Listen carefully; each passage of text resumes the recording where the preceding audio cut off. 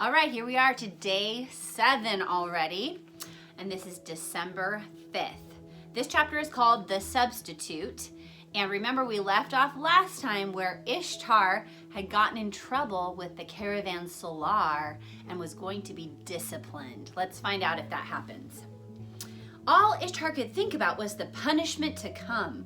When Ishtar asked why he couldn't travel with his father's file of camels at the front of the caravan, Salamar answered, "It is far too dangerous. Rasad and I have calculated that you are safest where we put you, in the middle of the pack." Ishtar hung his head. "But do not worry, my son. Once we stop each day, I shall see you for the third meal." Kazim reached them, and together he and Ishtar waited for Ishtar's file of camels to catch up. "Do you wish to walk or do you wish to ride?" Kazim asked. "I'll walk," said Ishtar as he trudged through the sand amidst dozens of other servants, soldiers, and officials. When the sun was straight overhead and the 2 bells at the front of the caravan rang again, and everyone seemed to perk up, it was lunchtime, Kazim said, and Ishtar got excited. He had been wondering how they would eat while walking, but decided the most efficient way would be to have each servant carry one type of food and take it around to the other travelers. He was confused then when only Varta from her own file started preparing lunch. He watched as she lifted a pouch with her long neck off the lead of the camel and put it over the shoulder. Then she took a wooden cup out of a bundle. She opened the pouch and poured a dirty white slop into the cup and drank it. Next, she went to the camel puller and gave him some. Ishtar got a sick feeling in his stomach. He watched as one after another, each of the people around him got 1 cup of the awful-looking gruel. Finally, Varta came over to Ishtar. "Now you have seen how it works," she said. "It is your turn. In future days, I will feed you first." She held the cup out for him. "I will not eat that," he said. Varta looked at Kazim, who said, "Yes, he will." "Kazim," Ishtar whined, "I cannot eat that. It's called millet, Ishtar, and you must eat it. You will eat it." "You cannot give me orders," Ishtar snapped. Kazim gave him a long, stern look, and Ishtar wavered. Finally, he took the cup from Varta and sniffed at it, scrunched his nose. "It stinks," he said. "Then I suggest you do not smell it," Varta said gently, "but you must eat it. Without proper nourishment, you will die out here."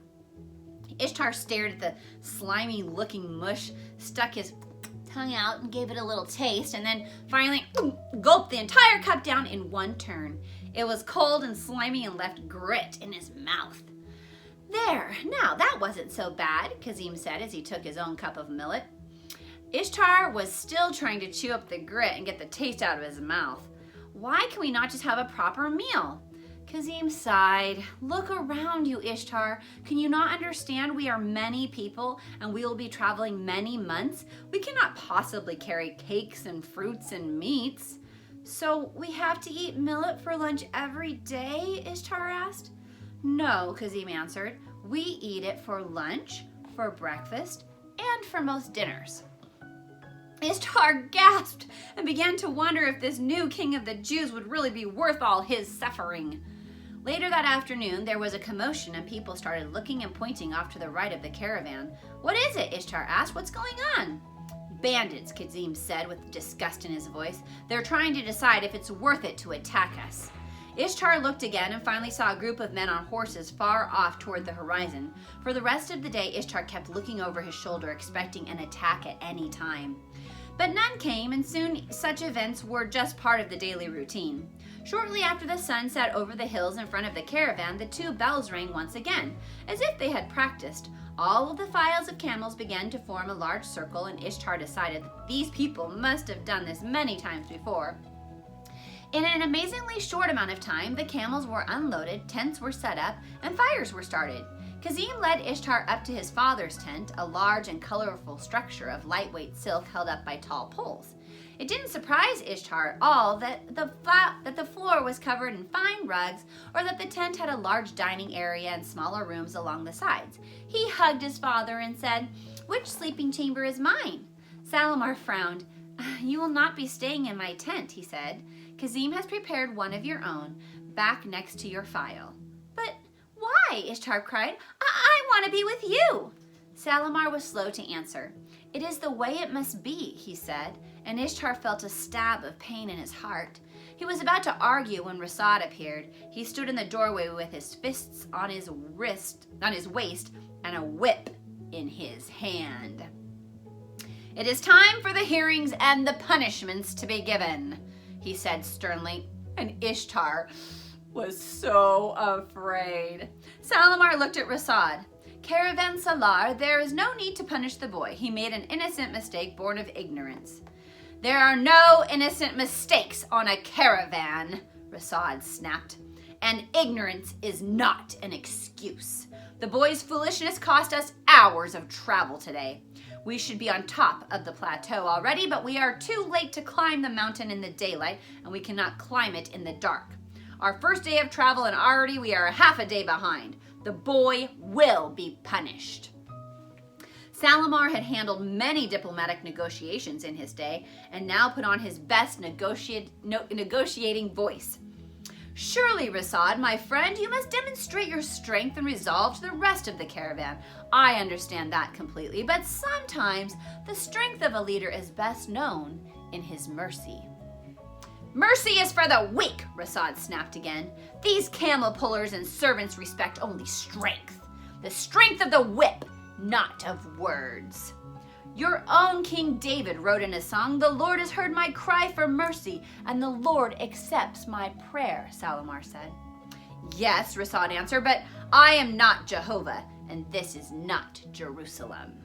"Perhaps a substitute then. Your Torah allows for a substitute sacrifice." This remark made the caravansalar pause. "You know us well," he said. "I once had a 7-year debate about your God with a good friend." "Very well, a substitute, but no animals. We cannot spare them."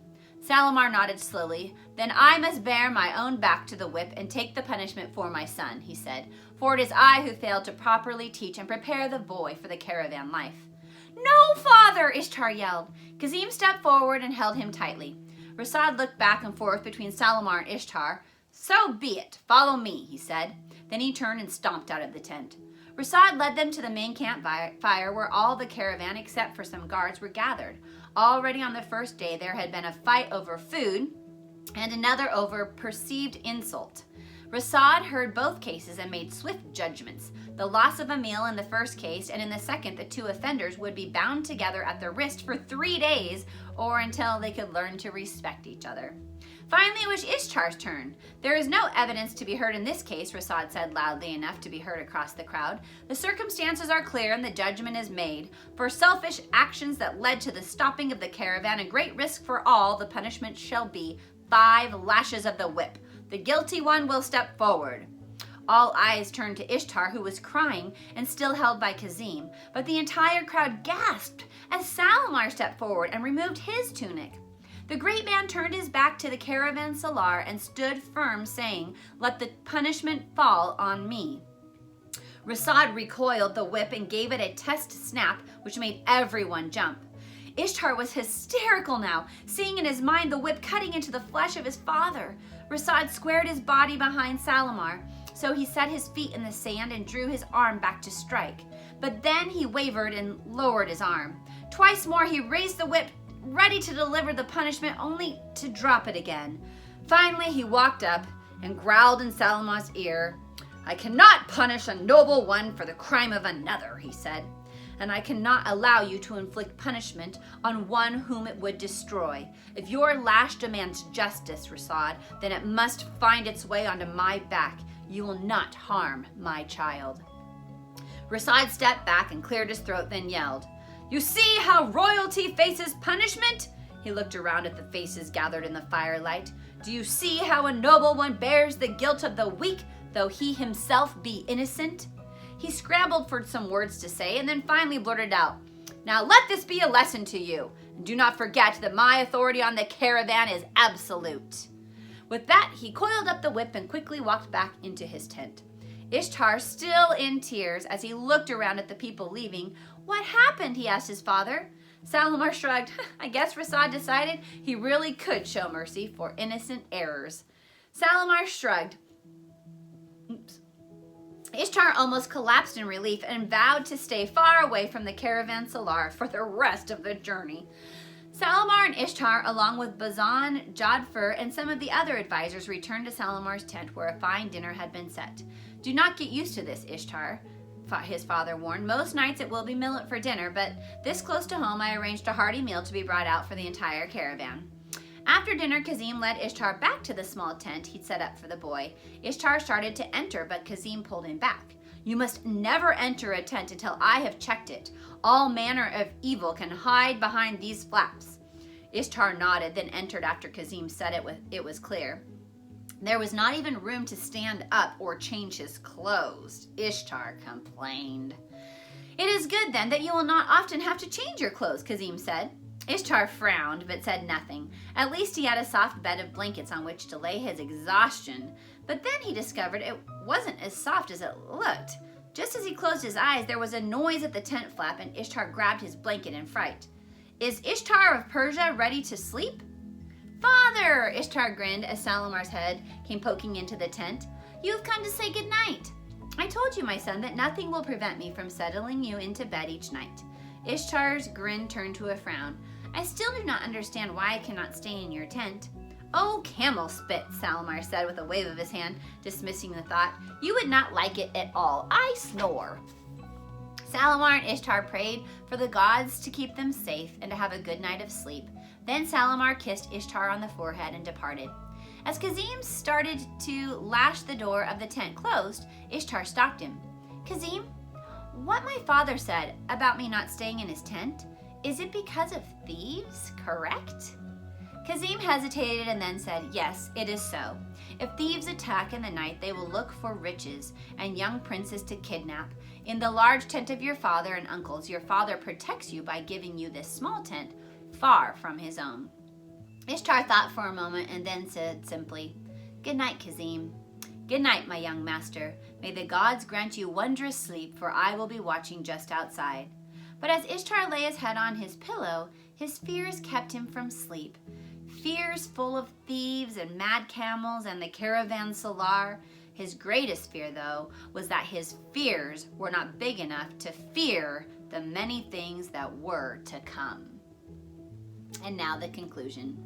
Rasad's law demanded that somebody be punished for Ishtar's mistake, and such is the way of laws. They exist to keep us safe, but that also means that they exist to punish us if we do wrong. But Shalimar knew his son could not survive the punishment of the law, so he stepped in to take Ishtar's place. Though he was innocent, he was ready to take the sins of his son on himself. And that's exactly why Jesus came to earth. Before Jesus, we humans lived under the laws of God, and the punishment of that law was harsh. But God, our Father, knew we couldn't survive that punishment. So he sent his own son to take our sin upon himself. He took our punishment so that we wouldn't have to. Our punishment would have been death, but now we can have life instead. John 1:17 says, "For the law was given through Moses, grace and truth came through Jesus Christ." When Rasad saw that Shalimar was ready to suffer Ishtar's punishment, he decided the law had been satisfied and extended mercy to both. God's mercy is a good thing to celebrate at Christmas. See you tomorrow.